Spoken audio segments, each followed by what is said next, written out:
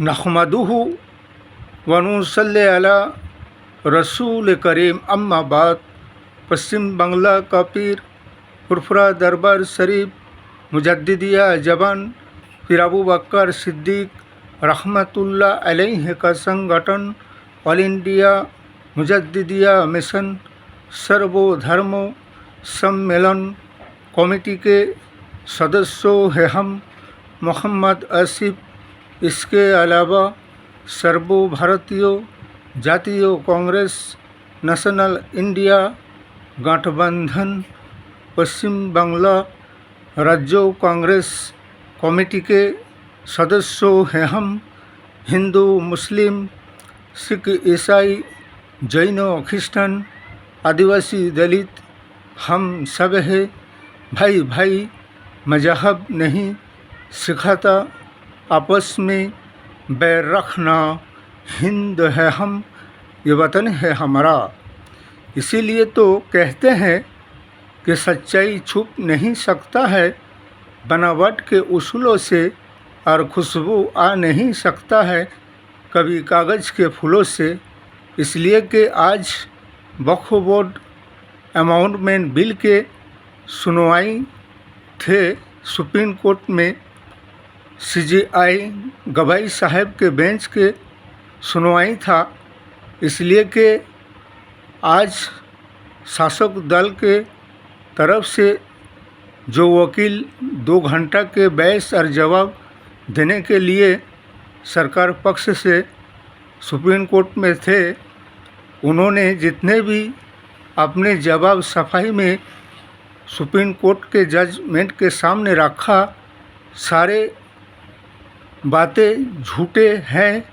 इन्हें बना चना कर बनाए गए झूठ के आधार पर सारे सबूतों को पेश किया गया है वक्फ बोर्ड के खिलाफ। इसके अलावा जो कि जेपीसी कमेटी की बात है, पार्लियामेंट संसद की बात है, जो कि बिल जब किसी भी संगठन से, ना हमारे all India Muslim personal law board संगठन से, न जमाते उलमाए हिंद से, ना किसी भी मुस्लिम संगठनों से ना कोई सलाह मशवरा किया, बल्कि ये मौजूदा शासक दल बीजेपी सरकार ने अपने मनमानी ढंग से इस बिल को लाए हैं मनगढ़ंत।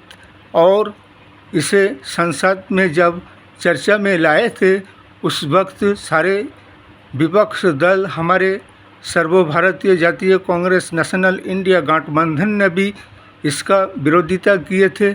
इसके अलावा सारे हमारे इस्लामिक संगठन ने भी विरोधिता किए। उसके बाद उसे जेपीसी के पास भेज दिए। जेपीसी कमेटी में भी 30 सदस्यों की बेंच के दरमियान विपक्ष के बात को भी एक भी नहीं सुना गया, ना माना गया। मनमानी ढंग से सारे विपक्ष की बातों को खारिज कर दिया गया और जगदम्बा पाल ने उसे बिल को पार्लियामेंट में भेज दिया जेपीसी से। और पार्लियामेंट में भी जिस बिल के चर्चा कराए गए थे संसद में 232 सदस्यों के सामने, वो दिखाया गया कुछ और बिल और संसद से पास कराया गया वो दूसरा बिल। इसके मतलब वहाँ पे भी बेईमानी किया गया और बेईमानी ढंग से पार्लियामेंट और राज्यसभा से पास करके उसे एक आइन कानून के रूप देने की कोशिश किया गया। लेकिन ये सरासर संविधान के कई धाराओं के उल्लंघन है। आर्टिकल 14, आर्टिकल 25, आर्टिकल 26, इसी तरह से बहुत से धारा के उल्लंघन करके इस बिल को लाया गया और मुसलमानों के अधिकार, हक और मजहबी स्वाधीनता को छीना जाने की बात है ये। और उनकी वक्फ बोर्ड के धार्मिक संपत्तियों पर कब्जा जमाने की बात है। इससे कोई किसी की भलाई नहीं होगा इस बिल से, बल्कि बुराइयों के सिवा और झूठ मूठ के दावा पेश कर रहे हैं सुप्रीम कोर्ट में कि ये संविधान के दायरा पर रहकर बनाया गया। ये तो सीजीआई गवाई साहब ही इसका फैसला कर लेंगे। संविधान सर्वोच्च है और संविधान के हिसाब से ही मुसलमान को और उसके अधिकार और हक का फैसला मिलना चाहिए और इस बिल को खारिज करना चाहिए।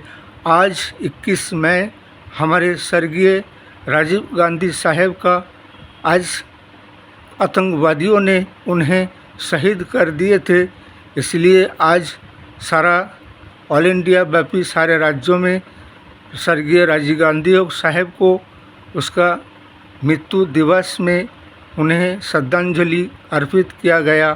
खुदाए ताला उसके आत्मा को शांति दे।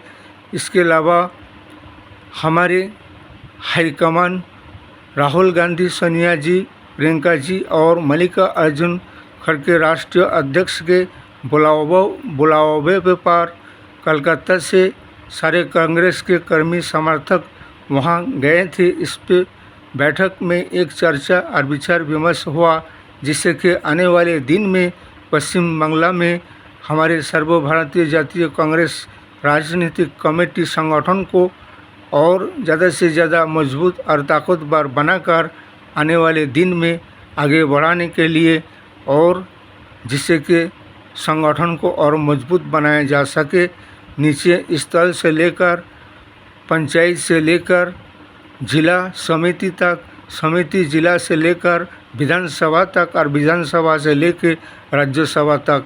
इस वीडियो को ज़्यादा से ज़्यादा लाइक दीजिएगा, शेयर कीजिएगा, सब्सक्राइब दीजिएगा। जय हिंद, जय भारत, मोहम्मद।